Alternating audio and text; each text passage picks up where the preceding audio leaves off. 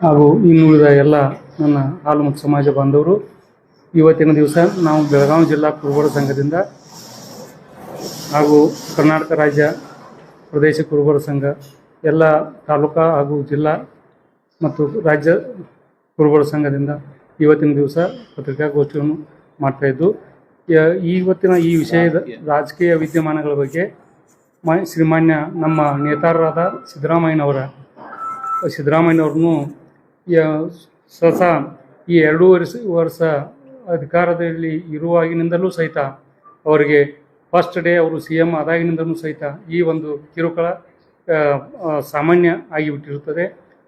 ಇವತ್ತಿನ ದಿವಸ 2 ವರ್ಷಕ್ಕಷ್ಟೇ ತಾವು ಮಾತುಕತೆ ಆಗಿರುತ್ತದೆ ಅಂತ ತಮ್ಮ ಒಂದು ಮಾಧ್ಯಮದಲ್ಲಿ ಬರ್ತಾಯಿದ್ದು, ಈ ಕಿರುಕುಳ ಇಡೀ ರಾಜ್ಯಾದ್ಯಂತ ನಾವು ಸನ್ಮಾನ್ಯ ನಮ್ಮ ಸಿದ್ದರಾಮಯ್ಯ ಸಾಹೇಬರಿಗೆ ಏನಾದರೂ ಹೈಕಮಾಂಡದವರಾಯಿತು ಯಾರಾದರೂ ಅಡೆತಡೆ ಮಾಡಿ ಅವರನ್ನು ಇಳಿಸುವಂಥ ಸಂಚನ್ನು ರೂಪಿಸಿದ್ದೇ ಆದರೆ ಅಥವಾ ಅವರಿಗೆ ಇಳಿಯಲಿಕ್ಕೆ ಮಾನ್ಯ ಹೈಕಮಾಂಡದವರು ಏನಾದರೂ ಅವರಿಗೆ ಅಡೆತಡೆಯನ್ನು ಮಾಡಿದರೆ ನಾವು ರಾಜ್ಯಾದ್ಯಂತ ಶ್ರೀ ಸಿದ್ದರಾಮಯ್ಯನವರನ್ನು ಇಳಿಸಲಿಕ್ಕೆ ಅನುವು ಮಾಡಿಕೊಡುವುದಿಲ್ಲ.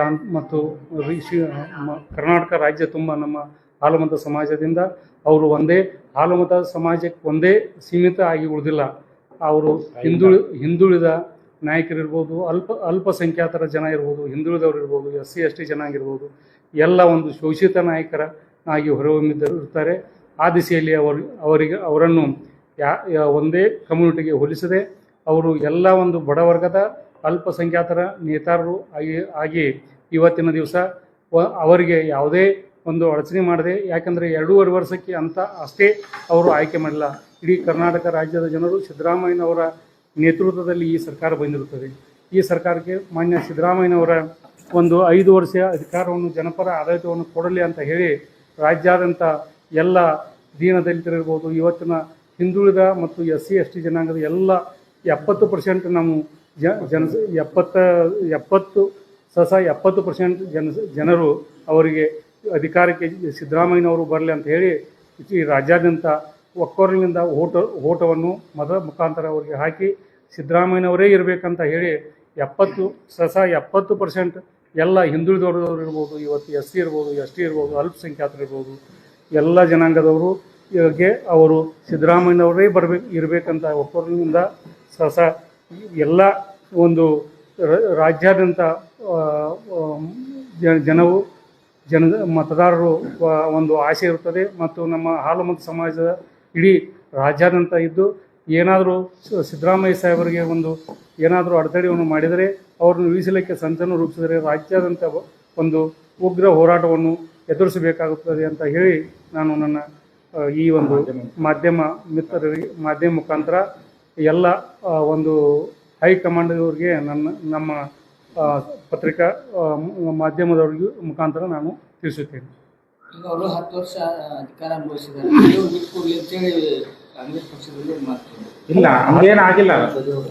ಅದು ಎಲ್ಲೂ ಯಾವುದೇ ಸರ 2.5 ವರ್ಷ ಅಂತ ಎಲ್ಲೂ ಇಲ್ಲ. 2.5 ವರ್ಷನ ಅಧಿಕಾರ ಅಂತ ಹೇಳಿ ಆವತ್ತಿನ ದಿವಸ ಹೈಕಮಾಂಡ್ದವರು DK ಶಿವಕುಮಾರ್ ಇರ್ಬೋದು, ಸಿದ್ದರಾಮಯ್ಯನವರು ಇರ್ಬೋದು, ಇಬ್ಬರಿಗೂ ಮಾತುಕತೆ ಆಯಿತು ಅಂತೇಳಿ ಅವರು ಯಾವುದೇ ಒಂದು ಪ್ರೆಸ್ ಮೀಟ್ ಮುಖಾಂತರ ಅವತ್ತು ವೇಣುಗೋಪಾಲ್ ಅವರು ಪ್ರೆಸ್ ಮೀಟ್ ಮಾಡಿದರು. ವೇಣುಗೋಪಾಲ್ ಅವ್ರು ಏನು ಪ್ರೆಸ್ ಮೀಟ್ ಮಾಡಿದರು, 2.5 ವರ್ಷಕ್ಕೆ ಅಷ್ಟೇ ಅಂತ ಏನು ಹೇಳಿಲ್ಲ. 5 ವರ್ಷ ಅಂದರೆ ಸಿದ್ದರಾಮಯ್ಯನವ್ರನ್ನ ಮುಖ್ಯಮಂತ್ರಿ ಮಾಡಿ ಅವತ್ತು ಮಾತುಕತೆ ಆಗಿತ್ತು ಅಂದ್ರೆ ಹೇಳ್ಬೋದಾಗಿತ್ತಲ್ಲ, ಓಪನ್ ಹೇಳ್ಬೋದಾಗಿತ್ತು. ಸಾರ್ವಜನಿಕವಾಗಿ ಏನಾದರೂ ಹೇಳಿದರೆ ನಾವು ಅದನ್ನು ಕೇಳ್ತಾ ಇರಲಿಲ್ಲ. ಶಾಸಕರ ಮುಖಾಂತರ ಆಯ್ಕೆ ಆಗಿದೆ. ಈಗ ಒಬ್ಬ ಎಲ್ಲಾರು ಮಾತುಕತೆ ಮುಗಿದ್ಮೇಲೆ ಎಲ್ಲಾರು ಮಾತಾಡಿದ್ ಮುಗಿದ್ಮೇಲೆ ಆಮೇಲೆ ಕ್ವಶನ್ ಸರಿ ಸ್ವಲ್ಪ ಆ ಕಡೆ ಮೈಕ್ ಕೊಡಿ ಕಡೆ.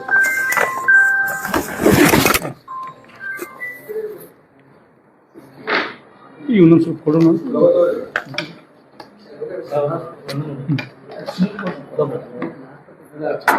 ಫಿಕ್ಸ್ ಐತಲ್ಲ.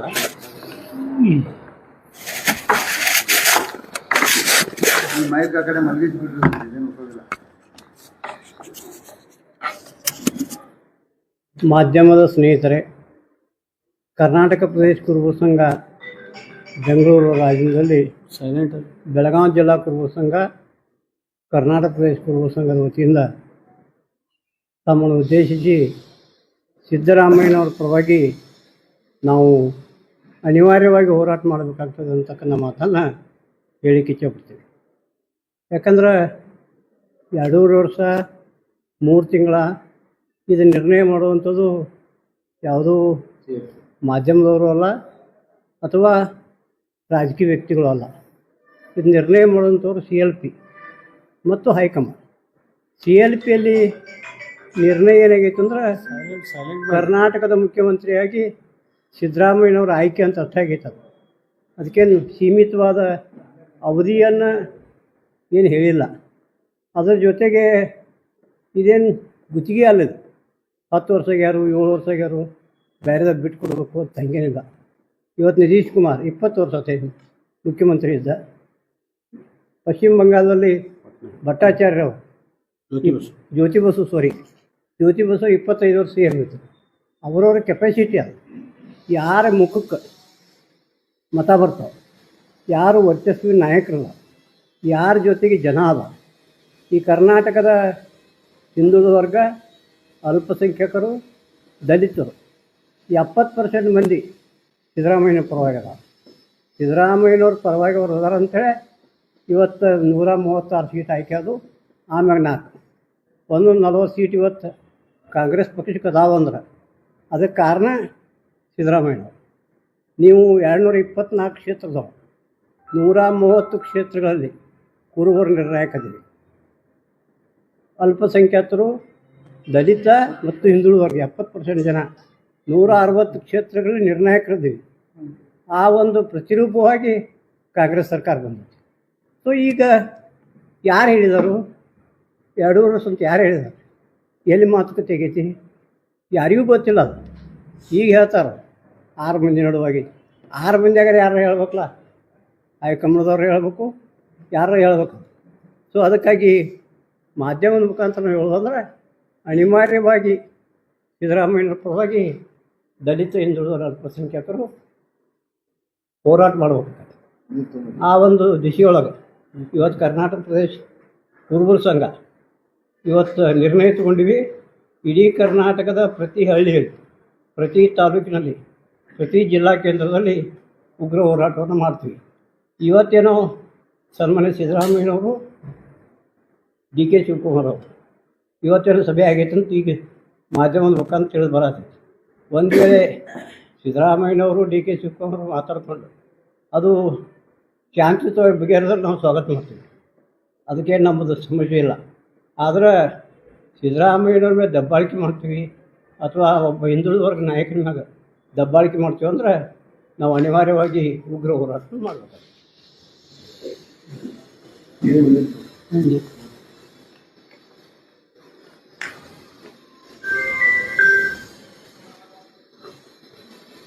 ಒಂದು ವೇಳೆ ಸಿದ್ದರಾಮಯ್ಯನವರೇ ಆಮೇಲೆ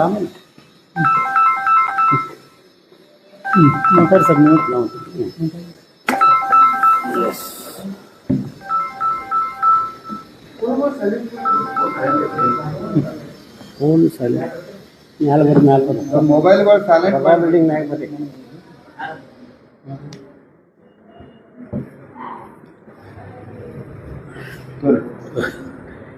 ಮಾಧ್ಯಮದ ಸ್ನೇಹಿತರೆ, ಈಗಾಗಲೇ ಕರ್ನಾಟಕ ಪ್ರದೇಶ ಕುರುಬರ ಸಂಘದ ಕಾರ್ಯಾಧ್ಯಕ್ಷರು, ಜಿಲ್ಲಾ ಕುರುಬರ ಸಂಘದ ಅಧ್ಯಕ್ಷರಾದಂಥ ಮಡ್ಡಪ್ಪ ತೋಳಿನವರು, ಮಾಜಿ ರಾಜ್ಯ ಕುರುಬರ ಸಂಘದ ಅಧ್ಯಕ್ಷರಾದಂಥ ಡಾಕ್ಟರ್ ಸನ್ನಕ್ಕಿಯವರು, ನಮ್ಮ ಕರ್ನಾಟಕ ಪ್ರದೇಶ ಕುರುಬರ ಸಂಘದ ಕಾರ್ಯಾಧ್ಯಕ್ಷರಾದಂಥ ಬಸವಗುಂದಿಯವರು, SF ಪೂಜಾರಿ ಅವರು ವಿಚಾರಗಳನ್ನ ವ್ಯಕ್ತ ಮಾಡಿದ್ದಾರೆ. ಈ ಸಂದಿಗ್ಧ ಪರಿಸ್ಥಿತಿ, ಈ ಕರ್ನಾಟಕದಲ್ಲಿ ಏನು ಪರಿಸ್ಥಿತಿ ಉದ್ಭವವಾಗಿದೆ, ಊಹಾಪೋಹಗಳ ಮುಖಾಂತರ ಈ ಪರಿಸ್ಥಿತಿ ಸಿದ್ದರಾಮಯ್ಯನವರ ವಿರುದ್ಧ ನಡೆದಂಥ ಇದು ಒಂದು ಪಿತೂರಿ ಅಥವಾ ಷಡ್ಯಂತ್ರ ಅಂತ ಅನ್ಬೋದು. ಯಾಕೆಂದರೆ ಕರ್ನಾಟಕ ರಾಜ್ಯದಲ್ಲಿ ಮಾಸ್ ಲೀಡರ್ ಅಂತ ಯಾರಾದ್ರೂ ಇದ್ದರೆ ಅದು ಎಲ್ಲರೂ ಒಪ್ಕೋತಾರೆ. ನಾವು ಕುರುಬರ ಸಮಾಜದವ್ರು ಅಂತಲ್ಲ, ದಲಿತ, ಹಿಂದುಳಿದ, ಅಲ್ಪಸಂಖ್ಯಾತ ಈ ರಾಜ್ಯದಲ್ಲಿ ಯಾವ ಜನಾಂಗದ ಜನ ಶೋಷಿತಕ್ಕೆ ಒಳಗಾಗಿದ್ದಾರೆ, ತುಳಿತಕ್ಕೆ ಒಳಗಾಗಿದ್ದಾರೆ, ಅವರ ಧ್ವನಿಯಾಗಿ ಕಾರ್ಯ ಮಾಡ್ತಕ್ಕಂಥ ರಾಜ್ಯದಲ್ಲಿ ಯಾರೇ ಮುಖಂಡರಿದ್ದರೆ ಅದೇ ಏಕೈಕ ಸಿದ್ದರಾಮಯ್ಯ ಅಂತ ಎಲ್ಲರೂ ಒತ್ತಿ ಹೇಳ್ತಾರೆ. ಆದರೆ ಈಗ ನಡೆದಂಥ ಪರಿಸ್ಥಿತಿಯಲ್ಲಿ ಹಿಂದೆ 2013ರಿಂದ 2018ರವರೆಗೆ ಸುಸೂತ್ರವಾಗಿ ಆಡಳಿತವನ್ನು ಕೊಟ್ಟಂಥ ಒಂದು ಖ್ಯಾತಿ ಅವರಿಗಿದೆ. ನಡೀತಕ್ಕಂಥ ಸರ್ಕಾರ ಅನೇಕ ಶೋಷಿತರ ಬಾಗಿಲಿಗೆ ಭಾಗ್ಯಗಳನ್ನ ಕೊಡ್ತಕ್ಕಂಥ ಅನೇಕ ಭಾಗ್ಯಗಳನ್ನ ಸೃಷ್ಟಿ ಮಾಡಿ ಯಶಸ್ವಿಯಾಗಿ ಅವರನ್ನು ಅನುಷ್ಠಾನಕ್ಕೆ ತಂದಂಥ ಖ್ಯಾತಿ ಸಿದ್ದರಾಮಯ್ಯವ್ರಿಗಿದೆ. ಆಡಳಿತ ದೃಷ್ಟಿಯಲ್ಲಿ ಕರ್ನಾಟಕ ಜನರ ಹಿತದೃಷ್ಟಿಯಿಂದ, ಒಂದೇ ಜಾತಿಯ ಹಿತದೃಷ್ಟಿಯಿಂದ ಅಂತಲ್ಲ, ಆಡಳಿತದ ಹಿತದೃಷ್ಟಿಯಿಂದ ರಾಜ್ಯದಲ್ಲಿರ್ತಕ್ಕಂಥ 7 ಕೋಟಿ ಜನರ ಹಿತದೃಷ್ಟಿಯಿಂದ ಅವರೇ ಮುಂದುವರಿಬೇಕು ಅನ್ನೋ ಆಸೆ ಪ್ರತಿಯೊಬ್ಬರಲ್ಲಿ ಕೂಡ ಇದೆ. ಅದಕ್ಕೆ ವಿಪರೀತವಾಗಿ ಈಗ ನಡೀತಕ್ಕಂಥ ಚಟುವಟಿಕೆಗಳು ಇದು ರಾಜ್ಯದಲ್ಲಿ ಬೆಳವಣಿಗೆಗೆ ಅಡ್ಡ ಬರ್ತಕ್ಕಂಥ ಒಂದು ಪ್ರಸಂಗ ಆಗಿದೆ. ಇಂಥ ಚಟುವಟಿಕೆಗಳು ಯಾರ್ಯಾರು ತೊಡಗಿದ್ದಾರೆ ಅವರು ಒಂದೇ ಜಾತಿಯ ನಿನ್ನೆ ಒಕ್ಕಲಿಗ ಸಮುದಾಯದ ಜನರು ನಾವು ಮುಂದಿನ ಚುನಾವಣೆಯಲ್ಲಿ ಕಾಂಗ್ರೆಸ್ಸಿಗೆ ಪಾಠ ಕಲಿಸ್ತೀವಿ ಅಂತಂದರೆ ಅವರಿಂದ ಏನು ಹೆದರಬೇಕಾಗಿಲ್ಲ. ಯಾಕೆಂದರೆ ಅವರು ಯಾವಾಗೂ ಕೂಡ ಕಾಂಗ್ರೆಸ್ ಪರವಾಗಿ ಮತ ಚಲಾಯಿಸಿಲ್ಲ. ಹೋದ MLA ಚುನಾವಣೆಯಲ್ಲಿ JDS ಪರವಾಗಿ ಮತ ಚಲಾಯಿಸಿದರು, MP ಚುನಾವಣೆಯಲ್ಲಿ BJP ಪರ ಮತ ಚಲಾಯಿಸಿದರು. ಆದರೆ ಅವರಿಂದಲೇ ಹೆದರಬೇಕಾಗಿಲ್ಲ. ಅದರ ಅಹಿಂದ ಮತಗಳನ್ನು ಕ್ರೋಢೀಕರಿಸಿ ಅವೆಲ್ಲವನ್ನು ಕಾಂಗ್ರೆಸ್ ಬೆನ್ನೆಲುಬಾಗಿ ನಿಂತು ರಾಜ್ಯದಲ್ಲಿ ಅಹಿಂದ ಪ್ರೇರಿತ ಸರ್ಕಾರವನ್ನು ತರೋದಕ್ಕೆ ಶ್ರಮಪಟ್ಟವರು ಭಾಳಷ್ಟು ಜನ ಸಿದ್ದರಾಮಯ್ಯವ್ರ ಜೊತೆ ಇದ್ದಾರೆ. ಅದಕ್ಕೆ ಮುಖ್ಯ ಕಾರಣೀಭೂತರು ಸಿದ್ದರಾಮಯ್ಯವರು ಇದ್ದರೂ ಕೂಡ ಕಾಣದ ಕೈಗಳು, ಅದಕ್ಕಾಗಿಯೇ ಶ್ರಮಿಸ್ತಕ್ಕಂಥ ಕೈಗಳು ಸಾಕಷ್ಟು ಜನ ನಮ್ಮ ಅಹಿಂದ ವರ್ಗದಲ್ಲಿ ಇದ್ದಾರೆ. Doctor G. ಪರಮೇಶ್ವರ್ ಇರ್ಬೋದು, H. ಮಹದೇವಪ್ಪ ಇರ್ಬೋದು, ಸತೀಶಣ್ಣ ಜಾರಕಿಹೊಳಿ ಇರ್ಬೋದು, KH. ಮುನಿಯಪ್ಪ ಇರ್ಬೋದು, MB. ಪಾಟೀಲ್ ಅವರು ಇರ್ಬೋದು, ಸಾಕಷ್ಟು ಜನ ನಮ್ಮ ಎಲ್ಲ ಈ ದಲಿತ ಹಿಂದೂ ಜಮೀರ್ ಅಹ್ಮದ್ ಅವರು ಇರ್ಬೋದು, ಸಾಕಷ್ಟು ಜನ ದಲಿತ ಅಲ್ಪಸಂಖ್ಯಾತ ಹಿಂದೂದಲ್ಲಿ ಕೂಡ ದುಡಿದವರು ಇದ್ದಾರೆ. ಅದಕ್ಕೆ ಈ ಒಗ್ಗಟ್ಟಿನಲ್ಲಿ ಎಲ್ಲರೂ ಕೂಡ CLP ಮೀಟಿಂಗ್ ಮೊದಲೇ ಮುಖ್ಯಮಂತ್ರಿ ಮಾಡುವಾಗ ಹೈಕಮಾಂಡ್ ತೊಂದರೆಯಲ್ಲಿದ್ದಾಗ ಅವಾಗ ನೇರವಾಗಿ ಸ್ಪಷ್ಟ ಸಂದೇಶ, ಶಾಸಕರು ಏನು ನಿರ್ಣಯ ತಗೋತಾರೆ ಆ ನಿರ್ಣಯಕ್ಕೆ ಬದ್ಧವಾಗಿ ನಾವು ಸಭಾನಾಯಕನನ್ನು ಆಯ್ಕೆ ಮಾಡ್ತೀವಿ ಅಂತಂದು ಬೆಂಗಳೂರಿಗೆ ಬಂದು CLP ಮೀಟಿಂಗ್ನಲ್ಲಿ ಸಭಾನಾಯಕನನ್ನು ಆಯ್ಕೆ ಮಾಡಿದ್ರು. ಆ ಆಯ್ಕೆ ಮಾಡುವಾಗ CLPದಲ್ಲಿ ಯಾವತ್ತೂ ಕೂಡ ಇವರ ಆಯ್ಕೆ 2.5 ವರ್ಷಕ್ಕಿದೆ ಅಂತ ಹೇಳಿಲ್ಲಲ್ಲ. 2.5 ವರ್ಷಕ್ಕೆ ಹೇಳಿದೆ, ಅವಾಗ ತೀರ್ಮಾನ ಆಗಬೇಕಾಗಿತ್ತು. ಇಲ್ಲ 2.5 ವರ್ಷಕ್ಕೆ ಇವರಿದ್ದಾರೆ, ಮುಂದೆ 2 ವರ್ಷಕ್ಕೆ ಯಾರಾಗ್ತಾರೆ ಅನ್ನೋದು ತೀರ್ಮಾನ ಆಗಬೇಕಿತ್ತಲ್ಲ. ಅದಕ್ಕೆ ಸುಮಾರು 110ಕ್ಕಿಂತ ಹೆಚ್ಚು ಶಾಸಕರು ಸಹಿ ಮುಖಾಂತರನೇ ಸಿದ್ದರಾಮಯ್ಯನವರಿಗೆ ಬೆಂಬಲ ನೀಡಿದ್ದು ಕೂಡ ಇದು ಇತಿಹಾಸ. ಅದಕ್ಕಾಗಿ ಆ ಒಂದು ದೃಷ್ಟಿಯಲ್ಲಿ ಸಿದ್ದರಾಮಯ್ಯನವರು ಈಗೂ ಕೂಡ ಇಡೀ ಭಾರತ ದೇಶದಲ್ಲಿ ಯಶಸ್ವಿ ಆಗದಂಥ ಗ್ಯಾರಂಟಿಗಳನ್ನು ಅನೇಕ ರಾಜ್ಯಗಳನ್ನು ನೋಡ್ತಾ ಇದ್ರಿ. ಆದರೆ ಕರ್ನಾಟಕ ಏಕೈಕ ರಾಜ್ಯ ಯಾವ ಗ್ಯಾರಂಟಿಗಳನ್ನು ಅನುಷ್ಠಾನಕ್ಕೆ ತಂದರೂ, ಆಶ್ವಾಸನೆ ಕೊಟ್ಟರು, ಅವು 5 ಗ್ಯಾರಂಟಿಗಳನ್ನು ಯಶಸ್ವಿಯಾಗಿ ಈ ಕರ್ನಾಟಕ ರಾಜ್ಯದಲ್ಲಿ ಅನುಷ್ಠಾನಕ್ಕೆ ತರ್ತಕ್ಕಂಥ ಸರ್ಕಾರ ಯಾವುದಾರು ಇದ್ದರೆ ಅದು ಸಿದ್ದರಾಮಯ್ಯನವರ ನೇತೃತ್ವದಲ್ಲಿರ್ತಕ್ಕಂಥ ಕಾಂಗ್ರೆಸ್ ಸರ್ಕಾರ ಅಂತ ಹೇಳ್ಬೋದು. ಅದಕ್ಕೆ ಎಲ್ಲ ಯಶಸ್ವಿಯಾಗಿ ಸುಸ್ತರು ನಡೆಯುವಾಗ ಗೊಂದಲ ನಿರ್ಮಾಣ, ಪಕ್ಷವನ್ನು ಸ್ವಾರ್ಥಕ್ಕಾಗಿ ಉಪಯೋಗ ಮಾಡ್ಕೊಳ್ಬಾರ್ದು ಯಾರು ಕೂಡ. ಪಕ್ಷ ಜನರ ಹಿತಕ್ಕಾಗಿ ಪಕ್ಷ ಇರ್ತದೆ. ಸರ್ಕಾರದ ಆಡಳಿತವನ್ನು ವ್ಯವಸ್ಥಿತ ನಿಟ್ಟಿನಲ್ಲಿ ನಡೆಸಲಿಕ್ಕೆ ಪಕ್ಷ ಇರ್ತದೆ. ಆ ಪಕ್ಷದ ದುರುಪಯೋಗ ಆಗಬಾರ್ದು. ಹೈಕಮಾಂಡ್ ಕೂಡ ಸಾಕಷ್ಟು ಸಲ ಹೇಳಿದೆ ಈ ಇವರ ಸಿದ್ದರಾಮಯ್ಯನವರ ನೇತೃತ್ವದಲ್ಲೇ ಸರ್ಕಾರ, ಕರ್ನಾಟಕ ಸರ್ಕಾರ ಮುಂದೆ ಬಿಡ್ತಾ ಇದೆ.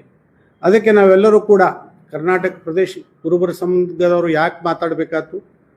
ಇದರಲ್ಲಿ ಸಿದ್ದರಾಮಯ್ಯ ಸಾಹೇಬರು ಒಂದು ಜಾತಿಗೆ ಸೀಮಿತವಾದಂಥ ಮುಖಂಡರಲ್ಲ, ಅವರು ಜನನಾಯಕರು, ರಾಜ್ಯದಲ್ಲಿರ್ತಕ್ಕಂಥ ಎಲ್ಲ ಸಮೂಹಗಳ ಮುಖಂಡರು. ಅಂಥವರಿಗೆ ಒಂದು ಜಾತಿಯ ಪಟ್ಟ ಕಟ್ಟೋದು ಅದು ಸರಿಯಲ್ಲ. ಆದರೆ ಒಕ್ಕಲಿಗ ಸಮಾಜದವರು ಜಾತಿ ಪ್ರಶ್ನೆ ಉದ್ಭವಿಸಿದಾಗ ನಾವು ಕೂಡ ಸುಮ್ಮಿರಲಿಕ್ಕೆ ಆಗಲ್ಲ. ಅದಕ್ಕೆ ನಾವು ಕೂಡ ಸಿದ್ದರಾಮಯ್ಯನವ್ರ ಬೆನ್ನು ಇರಲೇಬೇಕಾಗುತ್ತದೆ. ನಮ್ಮ ಸುದೈವ ಅವರು ನಮ್ಮ ಜಾತಿಯಲ್ಲಿ ಹುಟ್ಟಿದ್ದಾರೆ, ಯಾರೂ ಕೂಡ ಅರ್ಜಿ ಹಾಕಿ ಜಾತಿಯಲ್ಲಿ ಹುಟ್ಟಂಗಿಲ್ಲಲ್ಲ. ಅದಕ್ಕೆ ರಾಜ್ಯಕ್ಕೆ ಸಿಕ್ಕಿದೋದು ಭಾಳ ದೊಡ್ಡ ನಮ್ಮ ಸೌಭಾಗ್ಯ. ಸಿದ್ದರಾಮಯ್ಯನಂಥವ್ರು ಮುಖಂಡರು ಸಿಗೋದು ಸೌಭಾಗ್ಯ. ಈಗ ನೋಡ್ರಿ, ಭಾಳಷ್ಟು ಜನ ಮುಖಂಡರು ನೇರವಾಗಿ ಸ್ಪಷ್ಟೀಕರಣ ಕೊಟ್ಟಿದ್ದಾರೆ. H. ಮಹದೇವಪ್ಪನವರು ಕೊಟ್ಟಿದ್ದಾರೆ, ಸತೀಶ್ ಜಾರಕಿಹೊಳಿ ಅವರು ಕೂಡ ನೇರವಾಗಿ ಸ್ಪಷ್ಟೀಕರಣ ಪತ್ರಿಕಾ ಮಾಧ್ಯಮದ ಮುಖಾಂತರ. ನಾವು ಹಿಂದೆಯೂ ಕೂಡ ಸಿದ್ದರಾಮಯ್ಯವ್ರ ಜೊತೆ ಇದ್ದೀವಿ, ಈಗೂ ಕೂಡ ಸಿದ್ದರಾಮಯ್ಯವ್ರ ಜೊತೆ ಇದ್ದೇವೆ, ಮುಂದೆಯೂ ಕೂಡ ಸಿದ್ದರಾಮಯ್ಯವ್ರ ಜೊತೆ ಇರ್ತೇವೆ. ನಮ್ಮ ಭೇಟಿಗೆ ಯಾರಾದರೂ ಬಂದ್ರಂತ ಅದರ ಅರ್ಥ ವ್ಯತಿರಿಕ್ತವಾಗಿ ತೆಗೆದುಕೊಳ್ಳಬಾರ್ದಂತ ಸ್ಪಷ್ಟವಾದಂಥ ಅಭಿಪ್ರಾಯವನ್ನು ಸನ್ಮಾನ್ಯ ಸತೀಶ್ ಜಾರಕಿಹೊಳಿ ಅವರು ಕೂಡ ನೀಡಿದ್ದಾರೆ. ಅಂತ ಇಂಥ ಎಲ್ಲ ಮುಖಂಡರು ಕೂಡ ಅಹಿಂದ ವರ್ಗದ ಎಲ್ಲ ಮುಖಂಡರು ಕೂಡ ಮೀಟಿಂಗ್ಗಳನ್ನು ಮಾಡಿದ್ರು ಕೂಡ ಅದರ ಅರ್ಥ ಬೇರೆ ತಗೊಂಡು ನಾವೆಲ್ಲರೂ ಸಿದ್ದರಾಮಯ್ಯ ಅವ್ರ ಜೊತೆ ಇದ್ದೋ ಅಂದಾಗ ಕೂಡ ಇಂಥ ಸೃಷ್ಟೀಕರಣ ಇದು ರಾಜ್ಯಕ್ಕೆ ಒಳ್ಳೆಯದಲ್ಲ. ಸಿದ್ದರಾಮಯ್ಯನವ್ರಿಗೆ ಏನಾದರೆ ಕೈ ಹಚ್ಚಿದರೆ ನಾವು ಅಹಿಂದ ಮುಖಂಡರು, ಅಹಿಂದ ವರ್ಗದ ಎಲ್ಲ ಜನತೆ ಯಾರೂ ಕೂಡ ನಾವು ಸುಮ್ಮನೆ ಕೊಡುವಂತಿಲ್ಲ.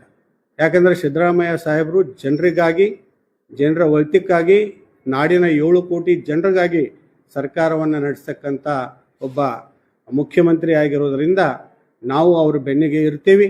ಒಂದು ವೇಳೆ ಅವರನ್ನು ಏನಾರೇ ಅವ್ರ ಕೈ ಹಚ್ಚೋದಾದರೆ ನಾವು ಕೂಡ ಊರು ಗಲ್ಲಿ ಗಲ್ಲಿ ಓಣಿಯಲ್ಲಿ ಕೂಡ ಪ್ರತಿಭಟನೆ ಮಾಡಬೇಕಾಗುತ್ತೆ. ಅವರಿಗೆ ಬೆಂಬಲ ಸೂಚಿಸ್ತಕ್ಕಂಥ ನಿಟ್ಟಿನಲ್ಲಿ ನಾವು ಶಾಂತಿಯುತವಾಗಿ ಪ್ರತಿಭಟನೆಗಳನ್ನ ಮಾಡಬೇಕಾಗುತ್ತದೆ.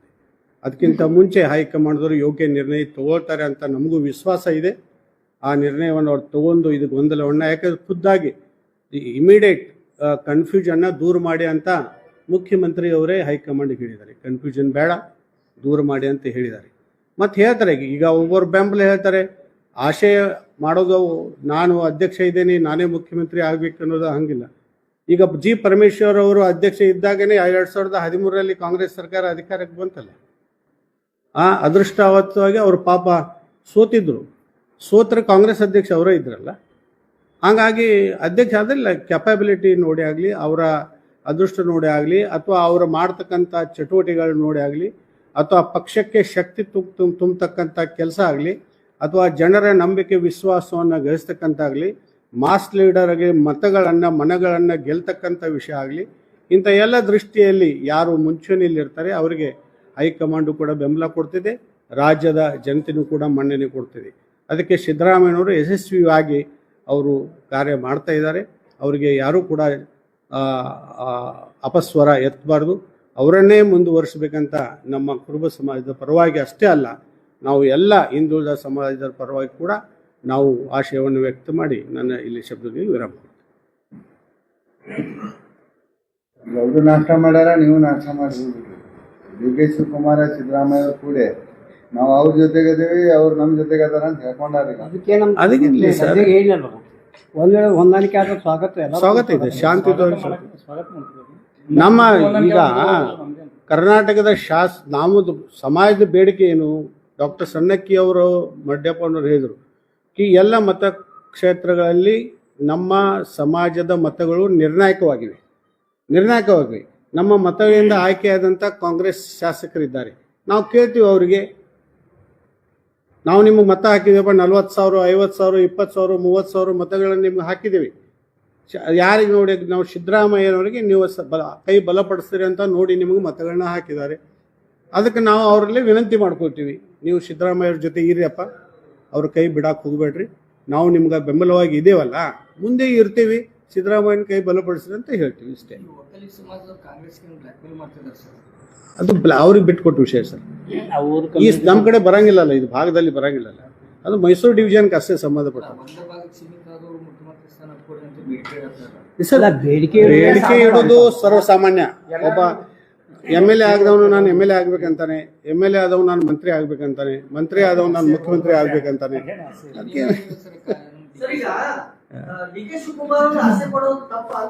ತಪ್ಪಲ್ಲ, ಈ ಸದ್ಯ ಪರಿಸ್ಥಿತಿಯಲ್ಲಿ ಅದು ಯೋಗ್ಯ ಅಲ್ಲ, ತಪ್ಪಲ್ಲ.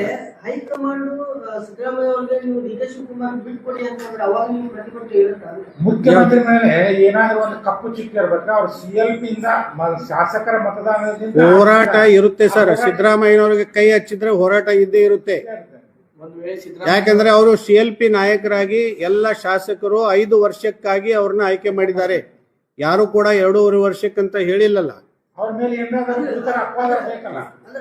ಕರ್ನಾಟಕದಲ್ಲಿ ಸಿದ್ದರಾಮಯ್ಯ ಮತ್ತು ಕಾಂಗ್ರೆಸ್ ಉಳ್ಕಿದ ರಾಜಕಾರಣಿಗಳು ಇದರಲ್ಲ, ಎಲ್ಲರೂ ಕಾಂಗ್ರೆಸ್ ಜೊತೆ ಇದಾರಂತ ಹೇಳಿದಾರಲ್ಲ ನಾವು ಎಲ್ಲ.